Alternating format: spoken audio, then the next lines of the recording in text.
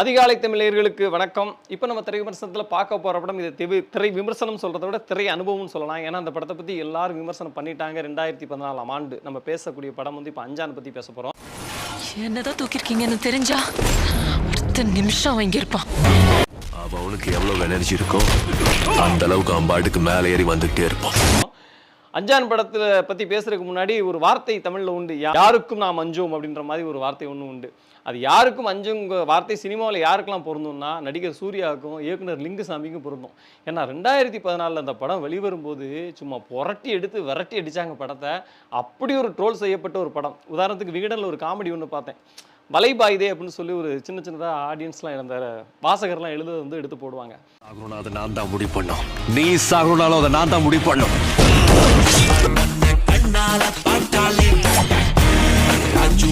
அப்போ வந்து அதில் ஒரு காமெடி என்ன எழுதியிருந்தாங்கன்னா, ஒரு பிரியாணி கடைக்குள்ளே போனேன், ஒரு பையன் வந்து வாயில் குச்சி வச்சுக்கிட்டு இருந்தான், ஐயோ சாமி அப்படின்னு தெரிச்சு ஓடிட்டேன் அப்படின்னு சொல்லி எழுதியிருந்தான். அஞ்சான் அப்படின்னு சொல்லி தெரிச்சு ஓடிட்டேன் அப்படின்னு எழுதியிருந்தாங்க. ஏன்னா அந்த அளவுக்கு அந்த படம் வந்து சீன் பை சீன் வந்து ட்ரோல் செய்யப்பட்டது.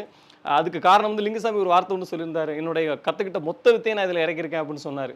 சொன்ன உடனே அப்படியா அப்படின்னு சொல்லிட்டு இன்னும் நல்லா ட்ரோல் பண்ணாங்க. சமந்தா ஒரு டைலாக் சொல்லுவாங்க, முதல்ல நீ நில்லு அப்புறமா சொல்லு அப்படின்னு சொல்லுவாங்க. அந்த டைலாக்கையும் சொல்லி ட்ரோல் பண்ணாங்க. இப்படி ட்ரோல் பண்ணி அடித்து துவைச்ச ஒரு படம்.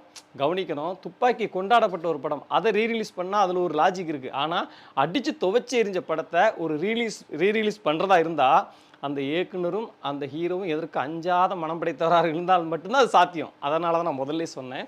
ஸோ அப்படி ஒரு என்ன தான் இதில் பண்ணியிருக்காங்க அப்படின்னு நம்ம தேட்டரில் உட்காந்து நமக்கு உண்மையிலே நிறைய ஆச்சரியம் இருந்துச்சு. ஒரு 5 நிமிஷம் 10 நிமிஷம் கட் பண்ணியிருந்தால் பரவாயில்ல, 36 நிமிடத்தை வந்து இயக்குனர் வெட்டி வீசியிருக்காரு படத்தில் இருந்து. அதனால் டியர் ஜென்ஸ் கிட்ஸ் நீங்கள் வந்து மிஸ் பண்ணிடுறாங்க. ஏன்னா உங்களுக்கு ஏற்ற படம் தான் இது. அப்படி ஆரம்பிக்கவே தெரியாது, முடியும் தெரியாது, டம்முன்னு போய் முடிஞ்சிருச்சு. கதையை பற்றி நான் சொல்ல போகிறதே இல்லை. ஏன்னா அஞ்சான் கதை நீங்கள் இப்போ நெட்டில் தட்டினாலே தெரிஞ்சிடும் என்ன அப்படின்ட்டு. அதனால் அதை சொல்ல போகிறது இந்த எக்ஸ்பீரியன்ஸ் மட்டும் சொல்கிறேன். ஒரு சந்தோஷ் சிவனுடைய சினிமாட்டோகிராஃபி ஃபஸ்ட்டு எடுத்துக்கிட்டா, ஒரு 10-20 வருஷத்துக்கு முன்னாடி ஒரு படத்தை ஒரு 10 ஆண்டு 11 ஆண்டுகளுக்கு முன்னாடி ஒரு படத்தோட சினிமாட்டோகிராஃபி பார்க்கும்போது கொஞ்சம் வீக்காக தெரியும். என்ன ஷாட் வச்சுருப்பாங்க, இப்படி ஒரு ஷாட் அப்படி ஒரு ஷாட் அப்படி ஒரு ஷாட் தான் வச்சுருப்பாங்க அப்படின்ற மாதிரி நம்மளுக்கு தோணும் இல்லை. இதில் அப்படி இல்லை. இப்போ பார்க்கும்போது இன்றைக்கி ட்ரெண்டில் ஒரு படம் எடுத்தால் அப்படி இருக்குமோ அதே மாதிரி தான் சினிமாட்டோகிராஃபி இருக்குது.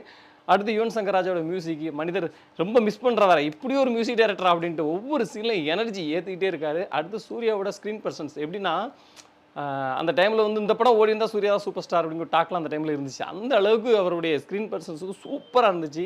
படத்தில் அப்போவே ஒரு வீக்காக இருந்த ஏரியா என்னென்னா சூரியோட ஏரியா தான், அந்த காமெடி ஏரியா தான். சூரிய குறைசல் இல்லைங்க, அந்த படத்துக்கு அந்த காமெடி ஒரு ஒவ்வாமையாக இருந்துச்சு. அதனால் அதை வந்து அப்படியே தூக்கிட்டாங்க. தூக்கியும் கதை எங்கேயும் பாதிக்காத அளவுக்கு ரொம்ப சூப்பராக கொண்டு வந்திருந்தாங்க. அந்த ஹீரோவுக்கு வில்லனுக்குமான கான்ஃப்ளிக்டாக இருக்கட்டும், சமந்தா சூர்யாவுக்கான அந்த எமோஷன்ஸ், அந்த காதலாக இருக்கட்டும், எல்லாமே பயங்கரமாக ஒர்க் அவுட் ஆகிருக்கு.